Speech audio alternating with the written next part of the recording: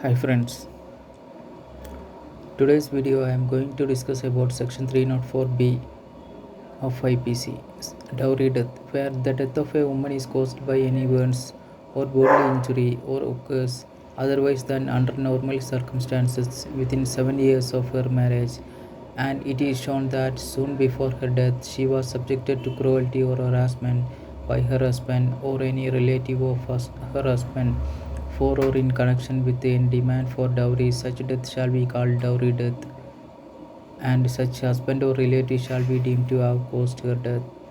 And in this, dowry has same meaning in section 2 of Dowry Prohibition Act. The ingredients of dowry death includes: death must be caused by burns or bodily injury, or it must occur otherwise than in normal circumstances. Death must occur within 7 years of marriage.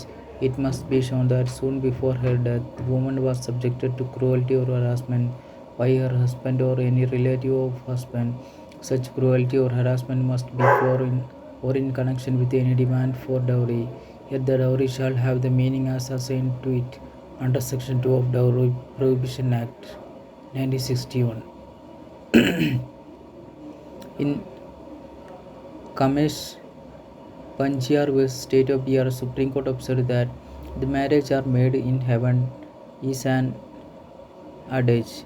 A bride leaves the parental home for the matrimonial home, leaving behind sweet memories there with a hope that she will see a new world full of love in her groom's house.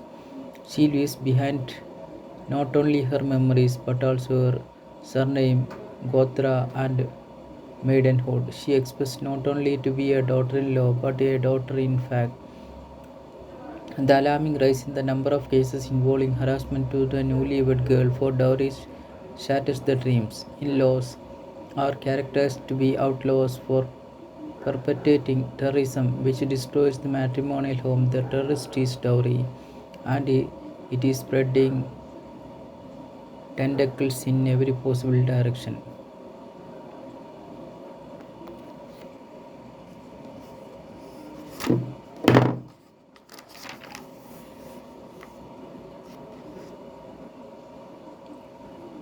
In Durga Prasad vs. State of Madhya Pradesh, accused was alleged to have been driven his wife to commit suicide by subjected to her cruelty. He was prosecuted for demanding dowry and committing cruelty and harassment in connection with the dowry demand. Setting aside the judgment of High Court convicting the appellant or accused, Supreme Court held that cruelty or harassment soon before the death must be proved in relation to demand of dowry. In this case, except a bald statement made by mother and brother of deceased, no other evidence was adduced by prosecution to prove such demand and harassment for demand of dowry by the accused. The prosecution has thus failed to satisfy the requirement of Section 304B IPC and Section 113B of Evidence Act. Therefore, the accused was acquitted. Evidence is very essential in these cases.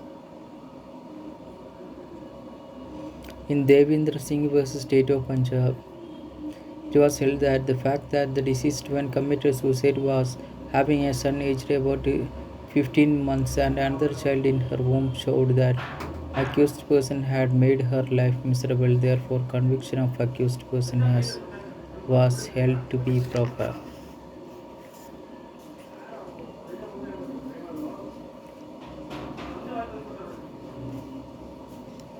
Lot of number of cases regarding dowry death is pronounced by Supreme Court and Honorable High Courts. It is very important to study the details, and if anybody making this type of harassment punishable up to 7 years, and